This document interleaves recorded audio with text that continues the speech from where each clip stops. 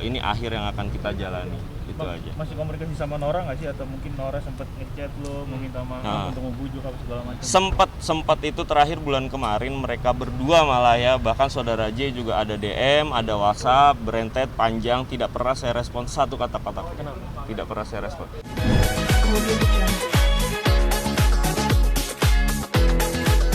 Di pengadilan. Masih sebagai kuasa hukum, ini langkah kedepannya dari segi hukum seperti apa sih?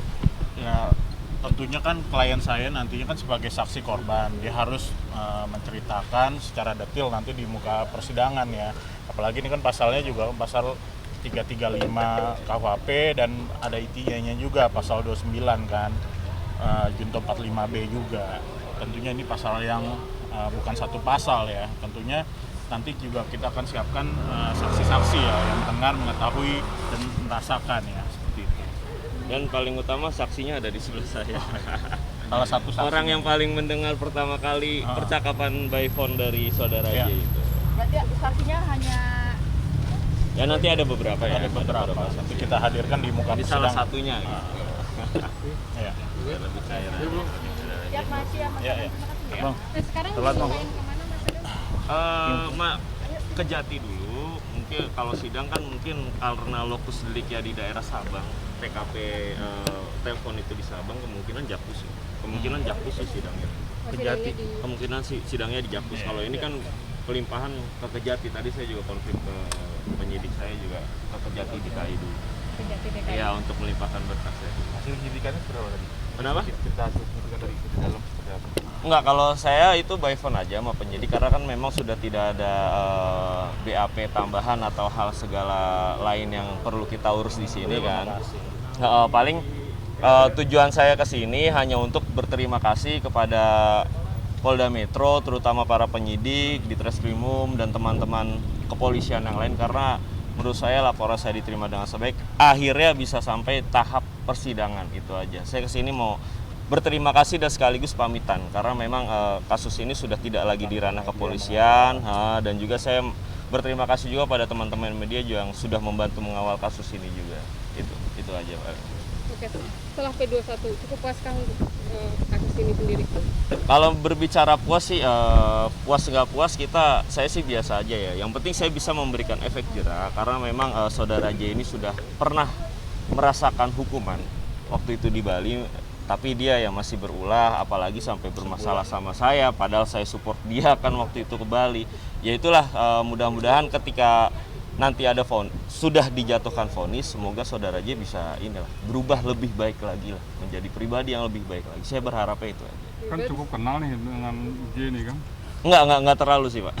Enggak terlalu. Tapi artinya kan support segala macam. Iya, support karena memang menurut saya waktu itu permasalahan hanya sekedar kata kacung ya, menjadi pidana. Nah, di situ saya ada respect lah kepada saudara J, kok bisa seperti ini. Cuma kan sekarang malah saya yang kena, padahal saya support sama dia. Saya yang kena sendiri sama saudara J, ya itulah. Makanya saya pengen jangan pernah merendahkan orang lain. Saya juga mengedukasi orang-orang jangan pernah merendahkan orang lain, siapapun kalian. Bang, tapi secara personal sudah memaafkan nggak sih Bang? Katanya kemarin sempat mediasi yang tidak ketemu titik temunya. Gitu. Iya. Sudah memaafkan secara personal nggak sih? Iya, kalau misalnya mau berbicara mediasi kemarin, memang kita sudah saling memaafkan ya. Tapi kan memang permintaan saya kepada tim penyidik untuk melanjutkan proses ini sampai persidangan. Jadi memang tidak ada kata pencabutan laporan atau hal apapun yang kita sepakati secara bersama di sana. Hanya sekedar meminta maaf. Permintaan maaf yang disampaikan saudara J kepada saya, itu aja. Nggak ada kesepakatan lain. Berarti sudah berminta maaf secara langsung pada saat itu, Bang? Iya, sudah. Ketika mediasi memang sudah. Sudah ketemu, katanya cukup lama ya mediasinya? Iya. 3 jam? Iya, mediasi yang mungkin yang dibahas? Itu aja sih, penyampaian permintaan maaf aja, terus mengupayakan gimana caranya biar saya bisa cabut laporan. Cuma kan memang saya tidak ingin mencabut laporan, bukan karena gengsi atau apapun, saya punya hati yang disakiti lah oleh saudara J. Karena perkataannya itu bukan ancaman juga, terus dia merendahkan saya, itu ya poin-poin paling utamanya sih. Respon J sendiri ketika Mas Denny nggak cabut laporan? Ya dia menyerahkan itu hak saya dan dia sudah pasrah lah akan atas semua keputusan dari saya, dan dia juga menyesali perbuatannya itu aja. Sudah mengakui menyesali? Sudah mengakui dan menyesali perbuatan. Dan meminta maaf juga? Dan meminta maaf itu secara langsung ketika mediasi waktu itu yang pas di Polda Metro. Terlihat tulus mungkin permintaan maafnya? Kalau kita berbicara tulus ya, saya bilang tulus lah. Oke, nah persiapannya sendiri untuk sidang besok seperti apa nih? Persiapan sidang ya pasti stamina kan, stamina pikiran kita juga membuang energi dan tenaga yang cukup banyak juga ketika persidangan yang pasti kita siap karena memang ini akhir yang akan kita jalani. Itu aja. Masih komunikasi sama Nora nggak sih atau mungkin Nora sempat ngechat lo meminta maaf untuk membujuk apa segala macam? Sempat itu terakhir bulan kemarin mereka berdua malah ya, bahkan saudara J juga ada DM, ada WhatsApp, berentet panjang, tidak pernah saya respon satu kata-kata. Tidak pernah saya respon. Karena memang saya menutup pintu komunikasi. Karena ketika mereka ngechat saya, isinya ya meminta cabut laporan. Nah, itu saya hindari banget. Itu setelah mediasi itu. Kenapa? Setelah mediasi. Artinya mediasi itu adalah yang terakhir ya? Iya, setelah mediasi yang di Polda Metro waktu itu. Kita ketemu tatap muka saya dan saudara J. Berarti sebelum mediasi nggak ada sama sekali DM? Itu terus-terusan juga sama. Repeat lah, selalu repeat. Itu aja sih paling. Oke, bakal hadirkan saksi siapa aja nih, Pak? Saksi nanti di persidangan lah, yang pasti saksi-saksi yang mengetahui kejadian ini. Itu pasal apa sih Bang yang jelasin? Pasalnya kan pasal 335 KUHP ya. Lalu ada pasal 29 Undang-Undang ITE, Junto 45B yang tentunya kan hukumannya kan itu ancaman hukumannya 4 tahun ya. Kan itu juga pasalnya juga bukan satu pasal ya, berlapis ya. Seperti itu. Apa aja itu Bang? Yang berlapis Pasal 2 pasal apa?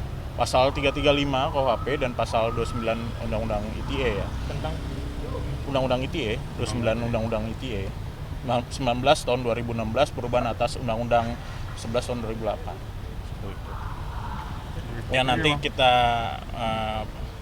tunggu saja dan semoga kasus ini akan menjadi terang benderang bagi klien kami dan mendapatkan keadilan seperti itu. Agenda sidang belum kelihatan. Agenda sidang belum, kita juga ini kan baru hari ini per hari ini P21 kan. Tentunya juga statusnya kan langsung berubah per hari ini dari tersangka menjadi terdakwa ya, seperti itu. Sejauh ini informasi yang didapat saudara J dibawa ke Kejari atau Kejati Bang? Info di Kejati DKI. Kejati DKI ya. Tapi persidangan yang saya dapat info sih di Pengadilan Negeri Jakarta Pusat ya. Karena TKP pusat. Iya, TKP Pusat.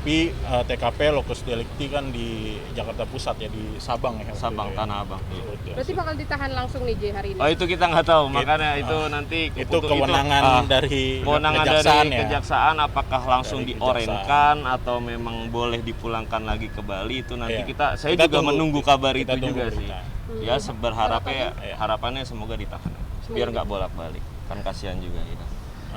Itu aja balik. Terima Siap kasih. ya. Jadi Bang Kemudian